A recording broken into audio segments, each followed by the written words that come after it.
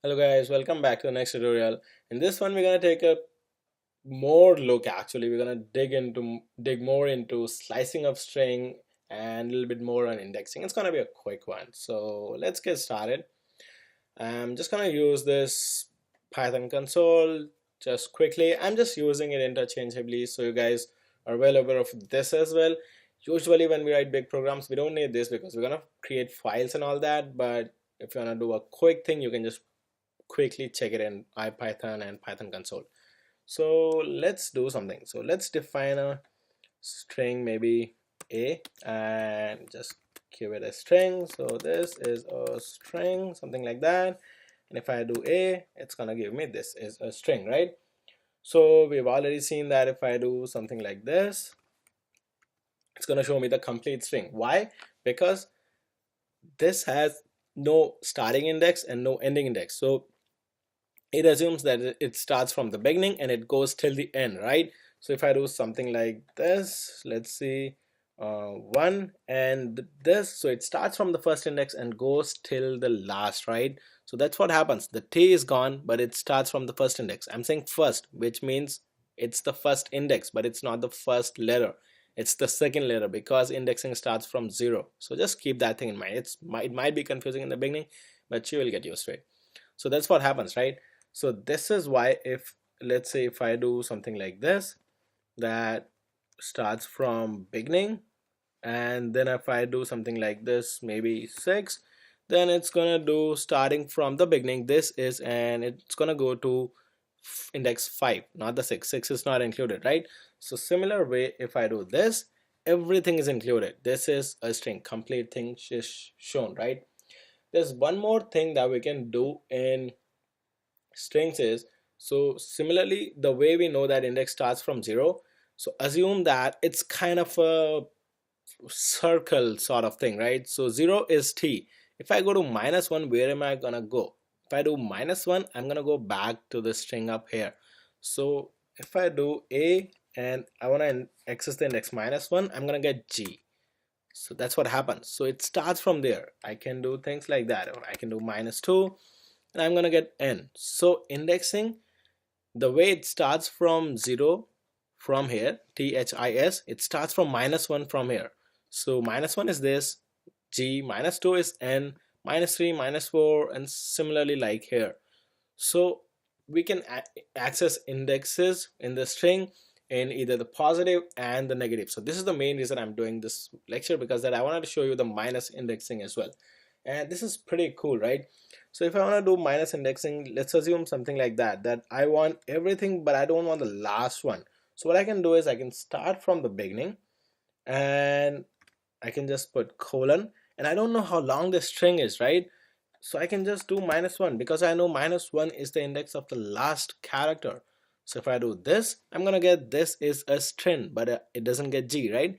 So this is pretty helpful if we don't know the complete length of the string and we don't want to type it. So we can actually type, otherwise we can type stuff here. We can type len and we can type a, something like that, and it works, right? But if I just don't want that, so it works. If I can do something like this, it's gonna give me the same thing, but it's pretty quick and easy, right? Just to do a nothing colon -1 and it gives me this thing. So it's really easy to do when you want some substring and you want to trim off stuff from the end and all those sort of things. It really becomes easy. And we know that we have steps thing as well, right? If I do something like this, it's gonna give me the whole thing. If I do 1, it's gonna give me still everything because the step is 1. But if I do something like 2, I'm gonna get the step is gonna become 2, so it gets t, then it gets I, then it gets space, then it gets uh, s, and then it gets a. So it's kind of, so it's basically missing 2, right? So every alternate thing. So that's how it becomes interesting, that it gets all those things. So this is why this is like a lot of things we can do in Python. So here you can see like it's doing s and a. So a lot of things. So like it's getting r n, and then it's getting r, and then it's getting s, and then it's getting a, and then it's getting again s, and then it's missing I. So lot of things we can do. So similar to this, what we can do is, if I want to reverse the string, I can just do it pretty quick. So what I can do is, I want everything from the beginning and everything till the end, but I can just do a step -1. So if I do this, I'm gonna get the reverse string. So if you see, this is a string. So this makes Python to type the reverse string because we are going in the reverse step. So all of these are not that common, but you know what, to reverse a string, this is pretty quick and very common stuff.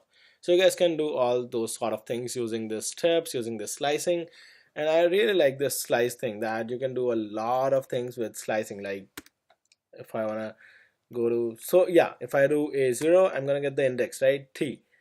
And notice one thing, guys, one thing is very important. I did this, right, and it showed me the reverse string, but still when I do a and access the 0 index, it shows me t, right? So what happens is, it just does all the things on the runtime. It doesn't change the variable thing. If I do a here again, I'm gonna get the same string. So none of the operation is changing my original string. Strings are immutable, right? It just does everything on the string. It calculates thing, it shows you, but nothing is changing in the original string. It stays like that.